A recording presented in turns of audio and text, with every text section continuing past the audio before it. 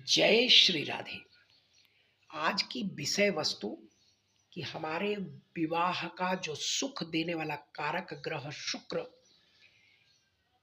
किस प्रकार हमको सुख देगा और क्या स्थिति हमारे सुख की होगी, उसे हम शुक्र ग्रह से जानेंगे। स्त्रियों में पति का कारक मंगल होता है, पुरुषों में स्त्री का कारक शुक्र होता है और दोनों के लिए सुख का कारक शुक्र है, चाहे वह स्त्री हो चाहे वह पुरुष हो। तो हम आज भृगुनंदी नाड़ी के अनुसार समझेंगे कि हमारा शुक्र जिस ग्रह के साथ है तो किस प्रकार का नेचर हमारे वैवाहिक सुख में होगा, और यह होता ही है, इसमें दो राय नहीं है। तो सबसे पहले हम देखते हैं कि कैसे हम देखेंगे। तो ट्राइन 159 का ट्राइन में जो ग्रह है वह उस शुक्र के साथ जुड़े हुए हैं। वैसे बीएनएन में 212 311 को भी लिया जाता है, लेकिन सबसे ज्यादा असर ट्राइन या उसके साथ जुड़े हुए ग्रह करते हैं, क्योंकि उनका नक्षत्र एक ही ग्रह से डिनोट होता है।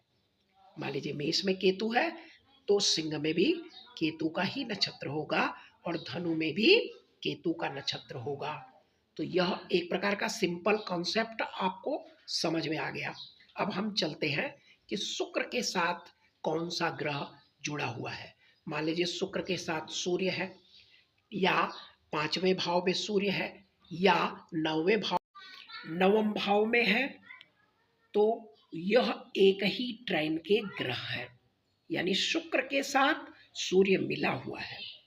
तो ऐसे लोगों के रिश्ते में ईगो प्रॉब्लम अवश्य होती है।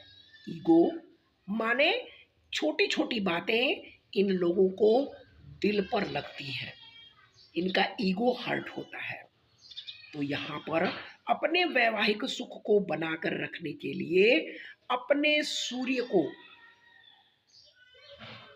कम करना पड़ेगा, यानी दोनों को समझना पड़ेगा कि हम लोगों के बीच में ईगो एक बहुत बड़ा प्रॉब्लम है। तो सूर्य को कम करना, सूर्य को कम करने के लिए क्या करना पड़ेगा, यानी चींटियों को आटा, गेहूं का आटा, उसमें चीनी मिलाकर हर शनिवार को खिलाएं, या महीने में खिलाएं, या कभी कभार अवश्य खिलाया करें। यह उनके ईगो को डाउन करेगा और वैवाहिक सुख बहुत बढ़िया प्राप्त होगा। अब हम शुक्र के साथ अगर राहु ग्रह कहीं से जुड़ा हुआ है, कहीं से क्या ट्राइन में है या साथ में है, तो अब शुक्र राहु का संबंध बना। राहु क्या है, धोखा है। शुक्र क्या है, प्यार है, वैवाहिक सुख है। तो या तो यह व्यक्ति धोखा देगा या उसे धोखा प्राप्त होगा। अब क्या करना है, शुक्र अपनी जगह सही है, राहु को डाउन करना है। राहु को ठीक करने के लिए अपने विचारों को कंट्रोल में रखना चाहिए।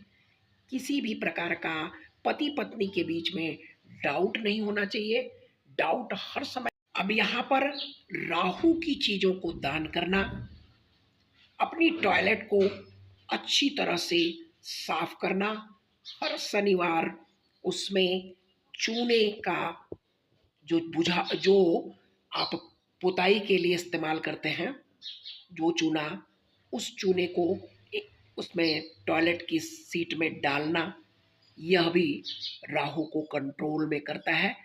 क्योंकि जो आप पुताई के लिए चूना लाते हैं, अगर उसे पानी में डालें तो खौल जाएगा, उबलेगा। तो उबलने से जो ऊर्जा निकलती है वही राहु की होती है। बाद में चंद्रमा होता है, यानी शीतल होता है। खाने वाला चूना नहीं, जो पुताई वाला चूना, इसे अपने टॉयलेट सीट में डालना। कुछ लोग कहते हैं कि नील का इस्तेमाल करो। नील भाई राहु की ही चीज है, और राहु को ही समर्पित करोगे तो राहु और बढ़ेगा। एक्टिवेट होगा, तो उसे नहीं डालना। अपने राहु को कंट्रोल करना, शुक्र अच्छा होगा और वैवाहिक सुख अच्छा प्राप्त होगा। अब जिनके शुक्र और मंगल का योग बना हुआ है, उनकी वैवाहिक जीवन में आर्गुमेंट होता है, उनके वैवाहिक जीवन में छोटी छोटी बातें में लड़ाई होती है। तो इस लड़ाई को दूर करने के लिए आपको मंगल को शांत करना पड़ेगा, और मंगल का दान बताया गया है, यानी लाल चीजों का मंदिर में दान करना। यह आपके वैवाहिक सुख के लिए सबसे बेस्ट रेमेडी है। अब हम शुक्र और शनि का अगर योग बन गया तो यह प्रतिबंध योग हो गया, यानी छोटी छोटी बातों में टांग अड़ाना, यहाँ नहीं जाना भाई, वहाँ नहीं जाना, ये नहीं करना, वो नहीं करना। ऐसी स्थिति बनती है जब शुक्र और शनि का योग बनता है। बीच बीच में प्रतिबंध लगता है। इस प्रतिबंध को दूर करने के लिए आप शनि का दान अवश्य किया करें।